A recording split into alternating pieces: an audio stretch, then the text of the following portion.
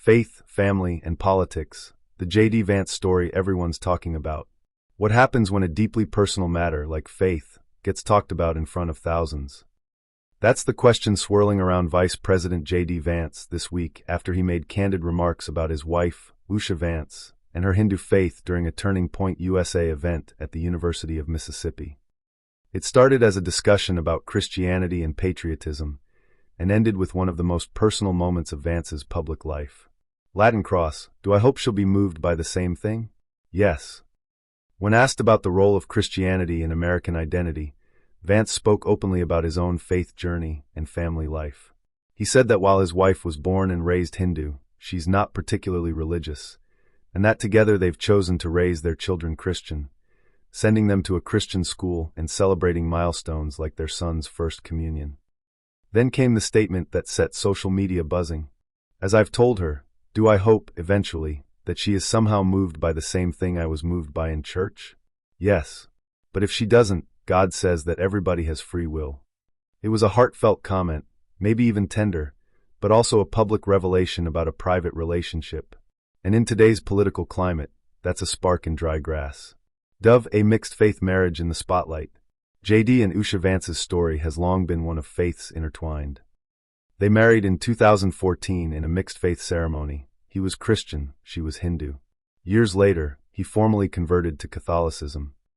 In past interviews, Usha has said she remains Hindu and wants her children to know and appreciate her heritage, to learn from Hindu books, experience visits to India, and keep those traditions alive.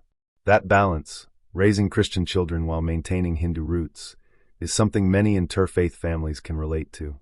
But it's also a tightrope walk, and Vance's public comment may have shaken the rope a bit. Fire the backlash. Almost immediately, responses poured in. Hindu American Voices, including the Hindu American Foundation's executive director, Sahag Shukla, said Vance's words implied that his wife's Hinduism wasn't enough, and that this reflects a subtle lack of acceptance toward minority faiths. Online, reactions were divided. Some applauded Vance for speaking openly about faith in a culture that often sidelines religion. Others criticized him for using his wife's personal beliefs as a talking point in a political set-in.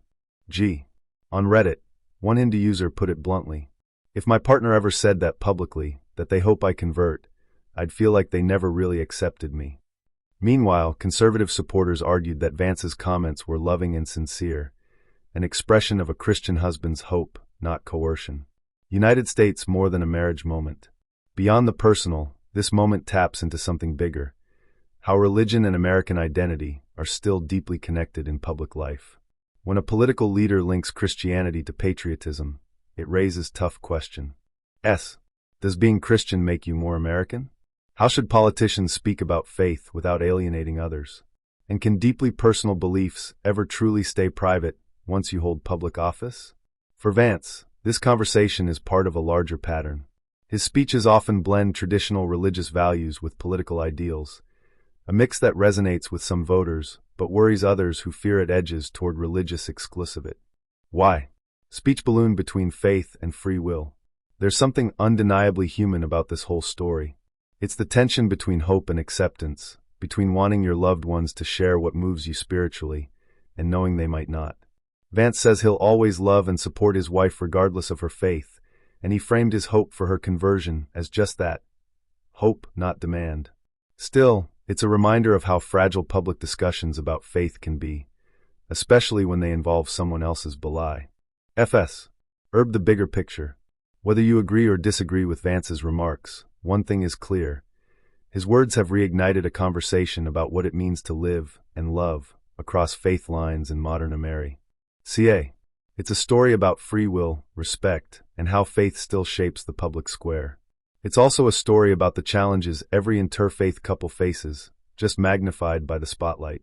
If you enjoyed this piece and want more thoughtful takes on how faith, culture, and politics collide in everyday life, subscribe and stay tuned. We'll keep digging deeper, past the headlines, into the stories that shape who we are and how we live together. J.D. and Usha Vance's story touches on something deeply human: the desire to share what moves us, and the challenge of respecting what moves others differently. As America grows more diverse, conversations like this will only become more common. The question is whether we can have them with both conviction and compassion. If you enjoy balanced, human stories about faith, culture, and current events, subscribe below and join our growing community. We share new pieces weekly, stories that go deeper than headlines, with heart, honesty, and hope.